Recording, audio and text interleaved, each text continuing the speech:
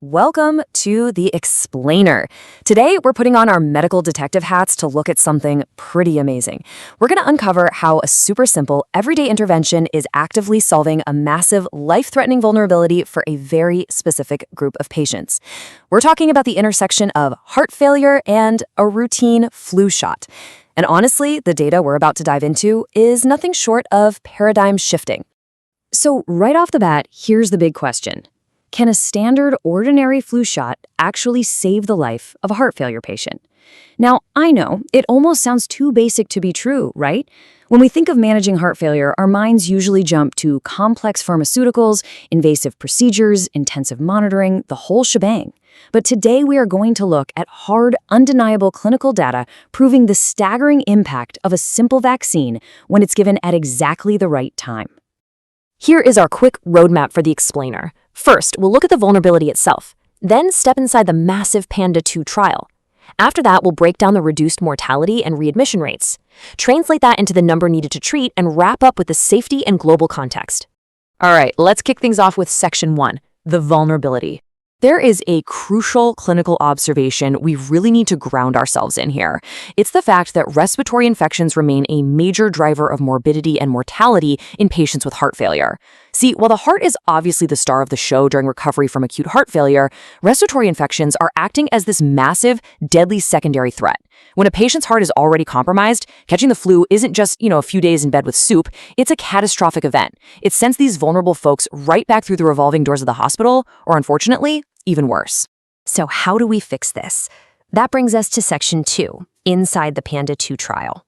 To see if there was a simple way to break this cycle, researchers launched an absolutely massive study in China. The scale of this trial was truly impressive.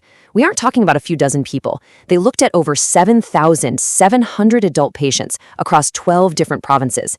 These were folks with a mean age of 72, suffering from moderate to severe acute heart failure. So this is a highly vulnerable population, and the researchers used this massive group to test an incredibly simple hypothesis. The methodology here, brilliantly simple. Step 1, patients were admitted for acute heart failure. Step 2, and this is the absolute key. One group got a free, standard flu shot less than 24 hours before they were scheduled to be discharged. The other group just got their usual care. Step 3, researchers meticulously tracked both groups for a full year to see exactly what happened. Let's move on to Section 3, reduced mortality and readmissions. This is where the numbers get incredibly exciting. Okay, look at the composite primary outcome. This measures the combined risk of either dying or being readmitted to the hospital. The vaccinated group saw a nearly 10% lower relative risk compared to the folks who didn't get the shot.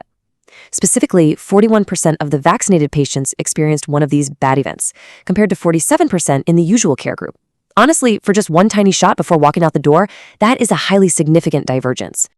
But it gets better. When we peel back the layers and look strictly at mortality alone, wow, the data shows a massive 22% relative risk reduction in all-cause mortality for the vaccinated cohort. At the 1-year mark, the death rate dropped to 10% in the vaccinated group versus 13% for those getting usual care. Literally, that simple pre-discharge shot actively kept people alive for the next 12 months. And remember that revolving hospital door we talked about? Well, the vaccine firmly put the brakes on it. Vaccinated patients had an 11% lower relative risk of a hospital readmission or an ER visit lasting over 24 hours. The readmission rate was 35% for the vaccine group compared to 40% for usual care.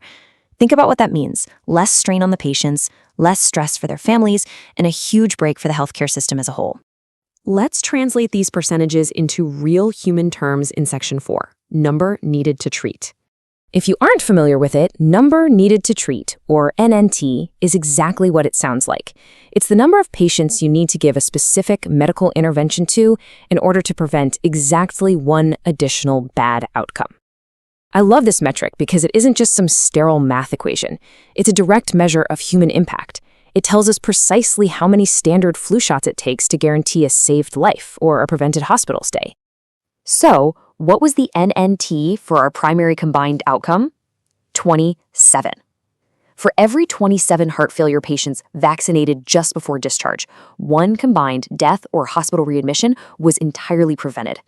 Let me tell you, in the world of clinical medicine, an NNT of 27 for something as unbelievably cheap and simple as a flu vaccine is an absolute home run.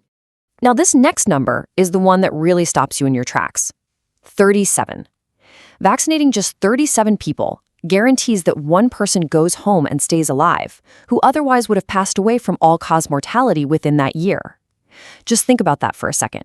37 quick standard vaccines to literally save a human life. And it only takes a mere 23 vaccines to prevent one debilitating hospital readmission.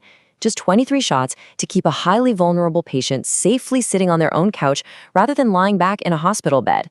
Let's put all this on the table, literally, so you can absorb the whole cascade of impact. You can see the relative risk reductions, the absolute event rates, and those incredibly low numbers needed to treat across the board. This perfectly captures why this simple pre-discharge intervention is just so powerful. Finally, let's bring it all together in Section 5, Safety and Global Context. Now, we have to talk about what we might call the safety paradox. Usually, right, when you interview some medical intervention, you expect a slight bump in adverse events just from the treatment itself. But here, serious adverse events were actually lower for the vaccinated patients, 53% compared to 59% in the usual care group. Why? Because the vaccine actively prevented the ultimate adverse events, severe hospitalization and death.